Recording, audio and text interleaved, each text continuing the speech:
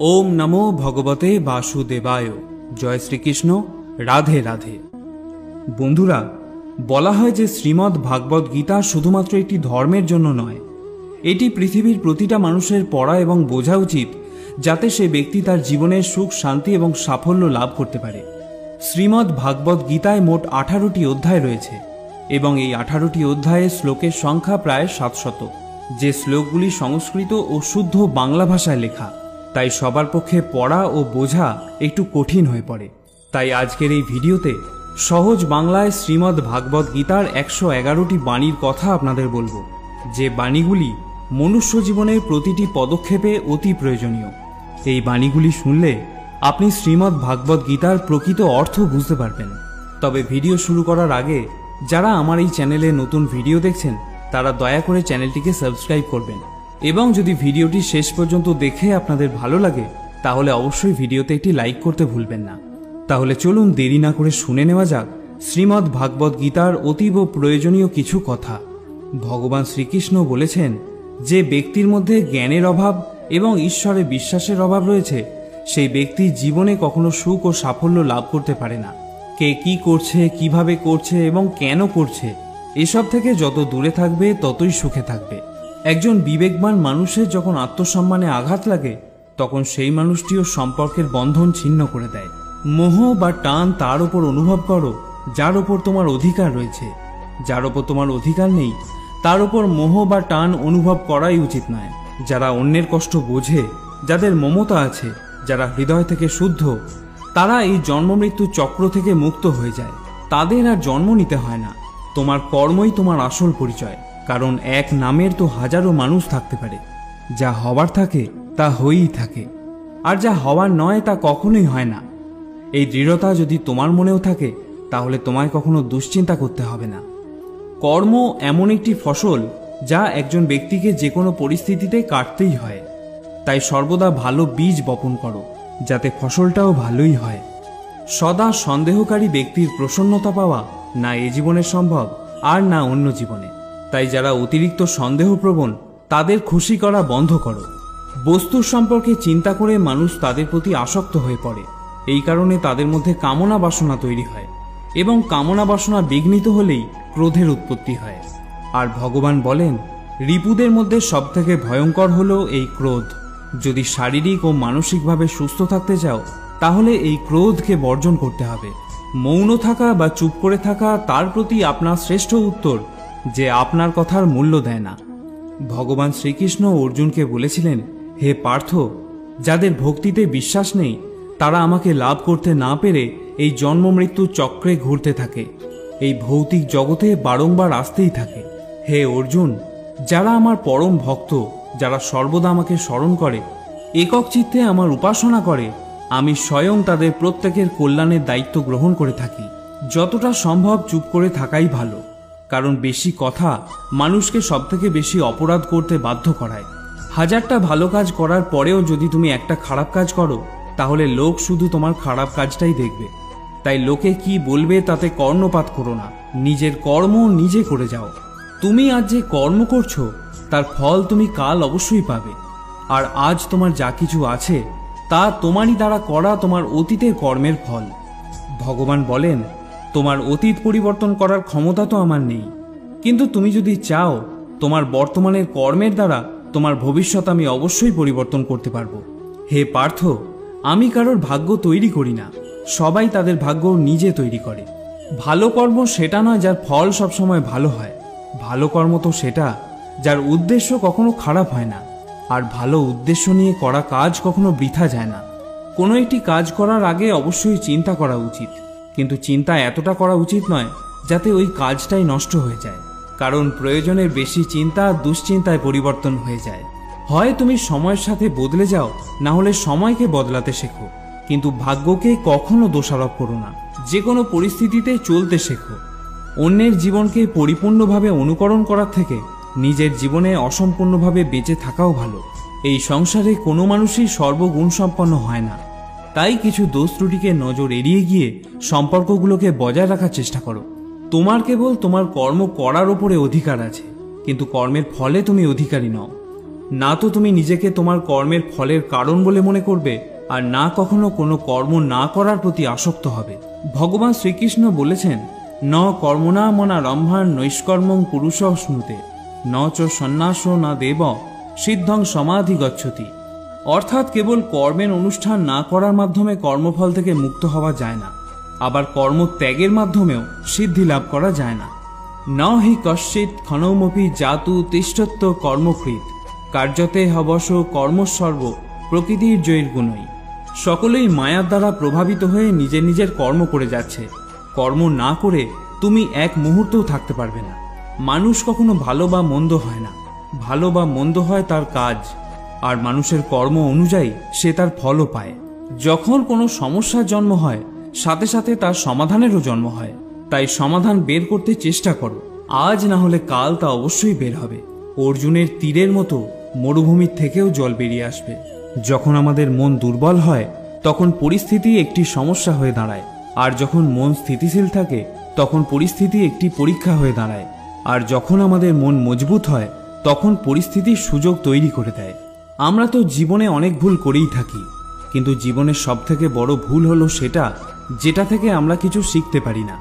ভগবান শ্রীকৃষ্ণ অর্জুনকে বলেছিলেন, হে ভারতবংশী, দেহের মধ্যে থাকা জীবিতকে কখনো হত্যা করা যায় না, তাই কোনো জীবের জন্য তোমার দুঃখ করা উচিত নয়।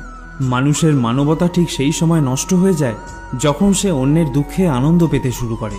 সময় আমাদের শেখায়, না তো জীবন কারোর জন্য সারা জীবন অপেক্ষা করবে, না তো কেউ তোমার জন্য সারা জীবন অপেক্ষা করবে। এই পৃথিবীতে সময় আর জীবন কারোর জন্য থেমে থাকে না। জীবনও তার সাথেই খেলে যে খেলোয়াড় শ্রেষ্ঠ প্রকৃতির হয়। কষ্ট সবার একই রকম হয়ে থাকে, কিন্তু আত্মবিশ্বাস প্রত্যেকের ভিন্ন ভিন্ন হয়। কেউ হতাশ হয়ে হাল ছেড়ে দিয়ে ছিন্ন ভিন্ন হয়ে যায়, তো কেউ সংগ্রাম করে আবার জ্বলে ওঠে। মানুষকে তার কর্মের সম্ভাব্য ফলাফলের দ্বারা প্রাপ্ত জয় পরাজয়, লাভ ক্ষতি, সুখ দুঃখ ইত্যাদি সম্ভাব্য পরিণতির কথা ভেবে চিন্তাগ্রস্ত হওয়া উচিত নয়। এই ধরাধামে মনুষ্য জীবন প্রাপ্ত হলে তাকে কর্ম করতেই হবে। শ্রীকৃষ্ণ ভগবান হয়েও এই কর্মের নিয়তি চক্র থেকে কখনো রেহাই পাননি। তিনি সারা জীবন কর্ম করে গেছেন। তাই তো তিনি অর্জুনকে বলেছিলেন, ন মে পার্থাস্তি কর্তব্যং ত্রিষু লোকেষু কিঞ্চন নানা ব্যাপ্তম ব্যাপ্তব্যং বর্ত এব চ কর্মণি। হে পার্থ, এই ত্রিজগতে আমার কিছুই কর্তব্য নেই, আমার অপ্রাপ্তও কিছু নেই এবং প্রাপ্তব্যও কিছু নেই, তবুও আমি কর্ম করে যাচ্ছি। কারণ আমি যদি অনলস হয়ে কর্তব্য কর্মে প্রবৃত্ত না হই, তাহলে আমাকে অনুকরণ করে সমগ্র মনুষ্যজাতি তাদের কর্মও ত্যাগ করবে। যদি তুমি তোমার ভুল থেকে কিছু শিখতে পারো, তাহলে সেই ভুলগুলি হবে তোমার ওপরে ওঠার সিঁড়ি। আর যদি তুমি তোমার ভুল থেকে কিছু শিখতে না পারো, তাহলে সেই ভুলগুলি সমুদ্র হয়ে যাবে। এখন সিদ্ধান্ত সম্পূর্ণ তোমার, তুমি ওপরে উঠবে নাকি নিচে ডুববে। মানুষ হলো নশ্বর দেহের অধিকারী। মানুষ যেমন পুরাতন বস্ত্র পরিত্যাগ করে নতুন বস্ত্র পরিধান করে, ঠিক তেমনি আত্মাও পুরনো অসার শরীর ত্যাগ করে নতুন এক ভৌতিক শরীর ধারণ করে। তাই কারোর জন্য তোমার শোক করা উচিত নয়। মনে রেখো, শরীর নশ্বর হলেও আত্মা অবিনশ্বর হয়। এই আত্মাকে অস্ত্র দ্বারা ছেদন করা যায় না, জল দ্বারা সিক্ত করা যায় না, বাতাস দ্বারা শুষ্ক করা যায় না, আবার অগ্নি দ্বারা দগ্ধও করা যায় না। তাহলে কিসের এত শোক, কিসের এত চিন্তা? জীবনের সমস্যাগুলো ততটা শক্তিশালী হয় না যতটা আমরা আগে থেকে মনে করে নিই। কখনো কি শুনেছ যে অন্ধকার সকাল হতে দেয়নি? এটা জরুরি নয় যে প্রত্যেকবার তোমার কথাকে সঠিক বলেই মনে করা হবে। তাই মাঝে মাঝে নিশ্চুপ থাকতেও শেখো।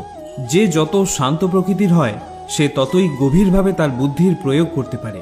সমালোচনাকে ভয় পেয়ে কখনোই নিজের লক্ষ্য ত্যাগ করবে না, কারণ যারা সমালোচনা করে তাদের মতামত লক্ষ্য অর্জনের সাথে সাথেই পরিবর্তন হয়ে যায়। তোমার পরাজয় এবং জয় তোমার চিন্তার উপরেই নির্ভর করে। যদি তুমি মেনে নাও, তবে তোমার পরাজয়ই হবে, কিন্তু যদি তুমি দৃঢ় প্রতিজ্ঞ হও, তাহলে তুমি বিজয়ী হবে। সবথেকে বিচক্ষণ ও স্থির মনের মানুষ তারাই হয় যারা সফলতায় গর্বিত হয় না, আবার ব্যর্থ হলে দুঃখে ডুবেও যায় না। যদি তোমার প্রশংসা করা হয়, তবে তোমার আরও সতর্ক হওয়া দরকার।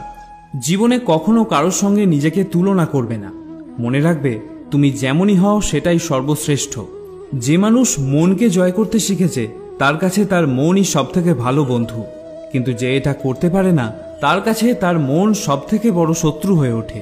জীবনে যে নেতিবাচক চিন্তা আসবে এটা নিশ্চিত, কিন্তু এটা তোমার উপর নির্ভর করে যে তুমি তাদের কতটা গুরুত্ব দেবে। সর্বদা মনে রাখবে, ভালো দিন পাওয়ার জন্য তোমাকে খারাপ দিনের সাথে লড়াই করতেই হবে। জীবনে কোনো কিছুই চিরস্থায়ী নয়, তাই কঠিন সময়ে কখনো ভেঙে পড়ো না। খুব তাড়াতাড়ি সমস্যার মেঘ কেটে গিয়ে সমাধানের সূর্যের উদয় হবেই, কারণ এই পৃথিবীতে সবকিছুই পরিবর্তনশীল। যে ব্যক্তি মনকে জয় করতে শিখেছে সে ইতিমধ্যেই পরমাত্মাকে লাভ করতে শিখেছে। এমন ব্যক্তির কাছে সুখ দুঃখ, শীত গরম, সম্মান অসম্মান সবই একরকম। যে যাই বলুক না কেন, নিজেকে সবসময় শান্ত রাখার চেষ্টা করো, কারণ সূর্যের উত্তাপ যতই প্রখর হোক না কেন, তাতে সমুদ্রের জল কখনো শুকিয়ে যায় না। জলে ভাসমান নৌকা যেমন ঝড়ের আঘাতে নিজের লক্ষ্য থেকে দূরে সরে যায়, ঠিক সেরকমই অতিরিক্ত আনন্দ মানুষকে ভুল পথে চালিত করে। ভগবান শ্রীকৃষ্ণ অর্জুনকে বলেছিলেন, হে অর্জুন, একজন ব্যক্তি যা ইচ্ছা তাই হতে পারে যদি সে অবিরত বিশ্বাসের সঙ্গে কাঙ্ক্ষিত জিনিসের ওপর ধ্যান করে। আমাদের অতীত এবং ভবিষ্যতের কথা চিন্তা করে সময় নষ্ট করা উচিত নয়, কারণ যা হওয়ার তা তো হবেই, যা হয় ভালোর জন্যই হয়। তাই অতীত ও ভবিষ্যতের চিন্তা না করে বর্তমানেই বাঁচতে শেখা উচিত। পরিবর্তনই হলো সংসারের নিয়ম, এখানে সমস্ত কিছুই পরিবর্তনশীল। তাই সুখ দুঃখ, লাভ ক্ষতি, জয় পরাজয়, মান অপমান ইত্যাদির মধ্যে একটি স্থানে অবস্থিত থেকে জীবনকে উপভোগ করা উচিত। নিজের রাগকে নিয়ন্ত্রণ করতে শেখো, কারণ রাগের ফলে ভ্রম সৃষ্টি হয়। এই ভ্রম বুদ্ধিকে বিচলিত করে তোলে, এর ফলে বুদ্ধির নাশ হয়, ব্যক্তি পতনের দিকে অগ্রসর হতে শুরু করে। রাগ, কামনা বাসনা, ভয় এগুলি হলো আমাদের পরম শত্রু। যে কোনো কাজ করার আগে বিচার করো। আমরা যে কর্মই করি না কেন তার ফল আমাদেরকেই ভোগ করতে হয়, তাই কর্ম করার আগে বিচার করা উচিত। ভগবান শ্রীকৃষ্ণ অর্জুনকে বলেছিলেন, ব্রহ্মণ্যাধায় কর্মাণি সঙ্গম তক্তা করতিজ লিপ্পতে ন স পাপে ন পদ্মপত্র মিমাম্ভসা। যিনি সমস্ত কর্মের ফল পরমেশ্বর ভগবানকে অর্পণ করে দিয়ে অনাসক্ত হয়ে কর্ম করেন, কোনো পাপ তাকে কখনো স্পর্শ করতে পারে না। ঠিক যেমন জল কখনো পদ্মপাতাকে স্পর্শ করতে পারে না। নিজেকে কখনো দুর্বল মনে করো না, পড়ে গেলে ওঠার চেষ্টা করো, লড়াই করো, পূর্ণ নিষ্ঠার সাথে তোমার দায়িত্ব পালন করো, বাকি সব কিছু আমার উপর ছেড়ে দাও। তোমার দুঃখ কষ্টের জন্য কখনো পৃথিবীকে দোষারোপ করো না, নিজের মনকে বোঝাও। তোমার মনের পরিবর্তন ঘটলে সমস্ত দুঃখ কষ্টেরও পরিসমাপ্তি ঘটবে। তোমার নিজের ইচ্ছার শক্তির মাধ্যমেই নিজেকে নতুন আকার প্রদান করো। কখনো নিজেকে নিজের ইচ্ছার দ্বারা অপমানিত করো না। মনে রাখবে, ইচ্ছা তোমার পরম বন্ধু হতে পারে, আবার পরম শত্রুও হতে পারে। সময় কখনো একরকম থাকতে পারে না। যারা অকারণে অন্যকে দুঃখ দেয় তাদেরকেও একদিন দুঃখ পেতেই হয়। ধৈর্য ধরো। জীবনের সবথেকে ভালো দিন দেখার জন্য তোমাকে সবথেকে খারাপ দিনের মধ্যে দিয়েই যেতে হবে। কান্না থামাও, নিজেই নিজের সমস্যার সাথে লড়াই করতে শেখো, কারণ যারা সঙ্গ দেয় তারাও শ্মশান পর্যন্তই সঙ্গ দিতে পারে, কিন্তু তার পরে নয়। সময় যখন বিচার করে তখন সাক্ষীর প্রয়োজন পড়ে না।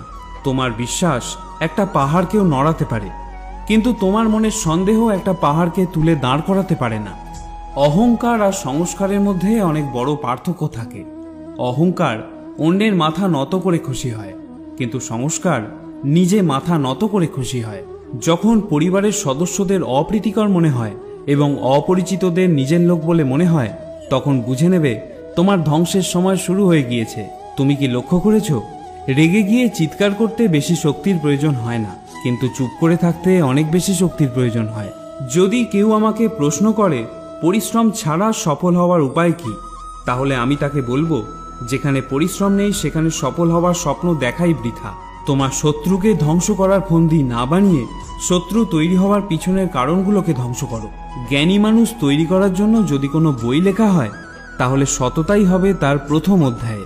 মনে রেখো, একজন সফল ব্যক্তিকে জীবনসঙ্গী করার মধ্যে কোনো সফলতা নেই, বরং একজন পরিশ্রমী মানুষের মনোবল বাড়িয়ে তার সাফল্যের সঙ্গী হওয়াই প্রকৃত সফলতা। অন্যের জীবনে নিজের স্থান খোঁজা বন্ধ করে দাও। বিশ্বাস করো, এতে তোমার জীবন অনেক শান্তিপূর্ণ হবে। সময় খুবই শক্তিশালী হয়, যা যে কোনো জিনিসকে বদলে দিতে পারে, সেটা ব্যক্তি হোক বা সম্পর্ক। একটা ভুল মানুষকে অনেক কষ্ট দেয়, কিন্তু এরকম কিছু কিছু ভুল থাকে যা মানুষকে ভবিষ্যতে হাজারটা ভুল করার থেকেও বাঁচায়। যে আঘাত থেকে রক্ত বের হয় না, বুঝে নিও সেই আঘাত কোনো আপনজনই দিয়েছে। বিজয়ের আনন্দও তো তখন পাওয়া যায় যখন সবাই তোমার হারের প্রতীক্ষায় থাকে। সব দুঃখ কেটে যাবার পরই মন প্রসন্ন হয়, এটা সম্পূর্ণ ভুল ধারণা। মন প্রসন্ন হলে তবেই সব দুঃখ দূর হয়। যদি প্রয়োজনের থেকে অতিরিক্ত কিছু হয়ে যায় তাহলে তা শুধু ক্ষতিই করে, সেটা প্রেম হোক বা অহংকার। এটা ভুল ধারণা যে রাবণ শুধুমাত্র অহংকারের জন্যই মরেছিল। যখন শত্রু ঘরে থাকে তখন মৃত্যু শুধু অহংকারের জন্য নয়, বরং সেই ব্যক্তির ওপর ভরসা করলেও হতে পারে।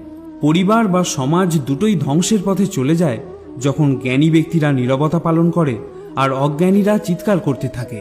হে অর্জুন, যে ব্যক্তি পূর্ণ বিশ্বাসের সাথে কোনো দেবতার পূজা করতে চায়, আমি সেই দেবতার প্রতি তার বিশ্বাস দৃঢ় করে দিই। তুমি ফিরে যেতে পারবে না, আবার শুরুকে পরিবর্তন করতেও পারবে না, কিন্তু তুমি যেখানে আছো সেখান থেকে শুরু করতে পারবে, আর এইভাবে নিজের ভবিষ্যৎকে পরিবর্তন করতেও পারবে। পরিশেষে একটা কথাই বলবো, যখন বিশ্বাস ভঙ্গ হতে শুরু করবে, যখন জীবনে কোনো পথ দেখতে পাবে না, তখন শ্রীমদ্ ভাগবত গীতার আশ্রয় নেবে। শ্রীমদ্ ভাগবত গীতা হলো একটি দর্শন, এখানে জীবনের সব প্রশ্নেরই উত্তর পাওয়া যায়। তাহলে বন্ধুরা, আজকের এই ভিডিও এখানেই শেষ করলাম। যদি ভিডিওটি আপনাদের ভালো লেগে থাকে তাহলে একটি লাইক করতে ভুলবেন না, আর যারা চ্যানেলে নতুন ভিডিও দেখছেন তারা অনুগ্রহ করে চ্যানেলটিকে সাবস্ক্রাইব করবেন। আবার দেখা হবে পরে আরেকটি ভিডিওতে। ততক্ষণের জন্য ভালো থাকুন, সুস্থ থাকুন। জয় শ্রীকৃষ্ণ। রাধে রাধে।